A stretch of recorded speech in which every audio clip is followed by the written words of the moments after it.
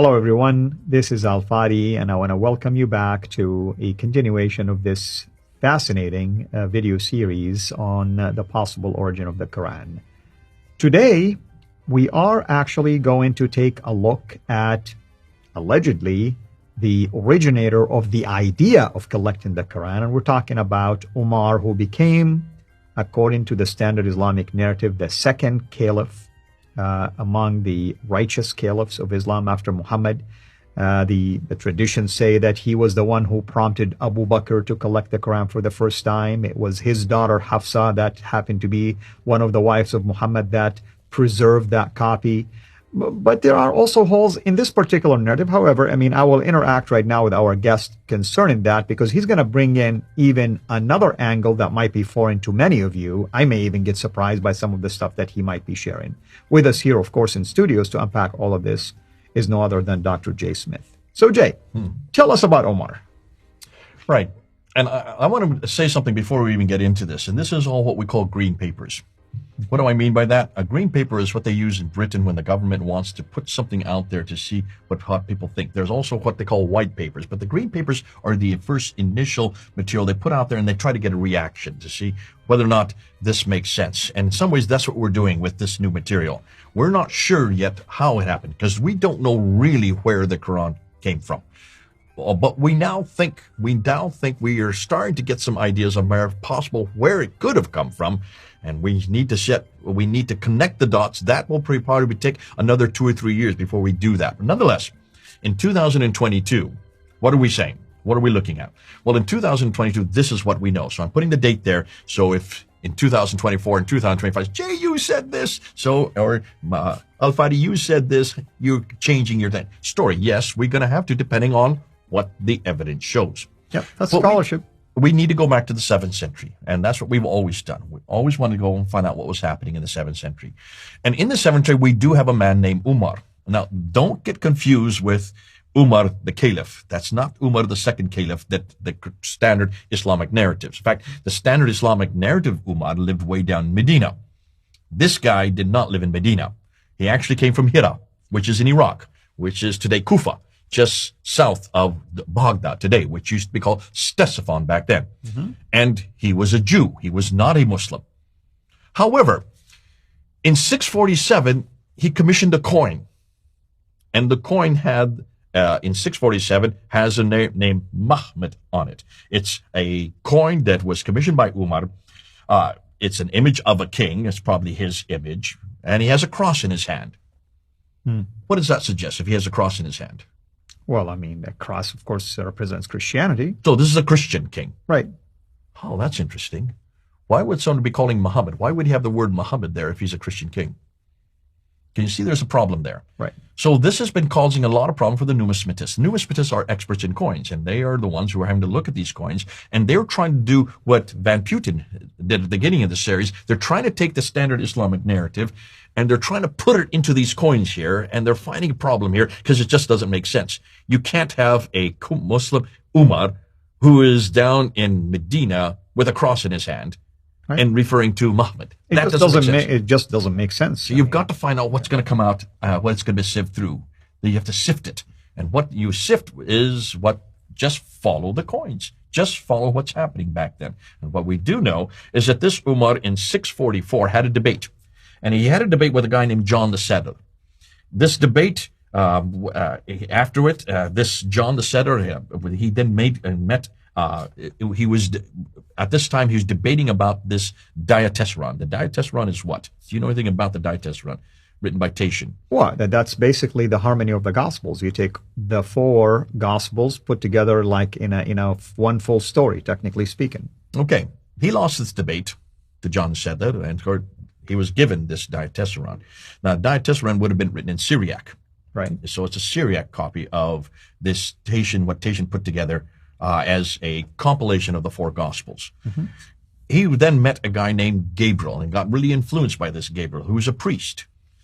He comes into Jerusalem and conquers Jerusalem in 638. Now, that's all historical. That's very well known. Sophronius is the bishop there. He wants him to go to the Church of the Sepulchre and pray with him as the conquering hero. And he says, no, I don't want to desecrate because I'm a Jew. It wouldn't be good for me going to this. So what does he do? He goes right up to the Temple Mount. Ooh, that's interesting. Well, for a Jew, that's very important. Because why would that be important for a Jew?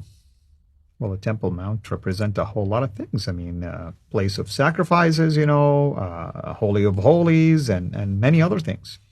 He wants to basically go back to where David's temple was, which is on Mount Moriah, which we now know as Marwa and Safa. Marwa is where the Dome of the Rock sits. If you want to look at where it is today, it's where the Dome of the Rock sits. But remember, the Dome of the Rock was not built until 691. So we're back in 638. He goes and he builds a structure there. He and Gabriel get along really well. In fact, he gets very influenced by Gabriel, this priest. And Gabriel gives him a book. And he gives him a part of this diatessaron, this Syriac text. And it's fascinating because it looked like what he gave Umar was what then became the Quran later on. So we're talking about the 7th century. And this is what we're looking at. We're zeroing in on this because this is interesting. Now, stop and ask yourself, back in 2015, they came across the Birmingham Folios, which is 3 stories. A story of the 7 sleepers of Ephesus, the story of James the Lesser, and the story of Moses.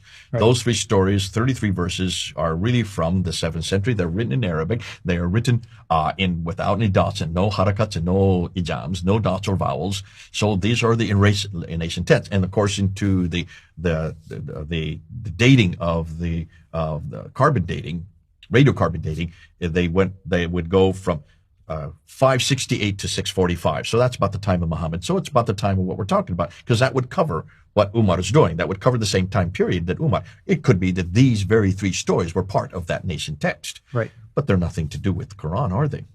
Well, they are today, but they're nothing to do with Islam. Maybe that's a better way to say it. At least those stories are affiliated with a Christian, type of heritage. Exactly. Yeah. Now, this Jew who's given this book in 638 coins this coin in 647. What happened between 638 and 647? It looks like he became a Christian. Looks like he was converted.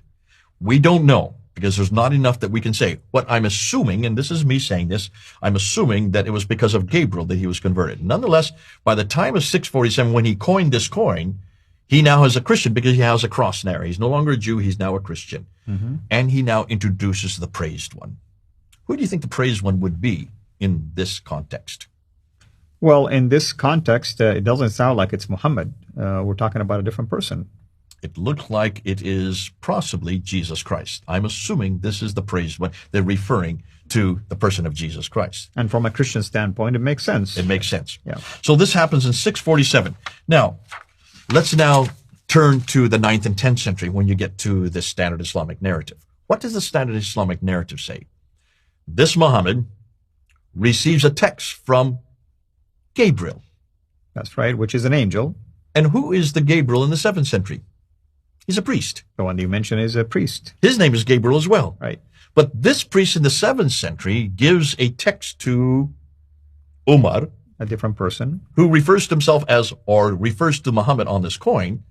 Can you see they've taken what was probably an original story, which did exist and has been passed down, have been recounted orally over the centuries, because now we're into the 8th century, going into the 9th century. So 200 years later, the story about Gabriel, the priest who gives this book, the diatessaron, to this conqueror of Jerusalem, whose name is Umar.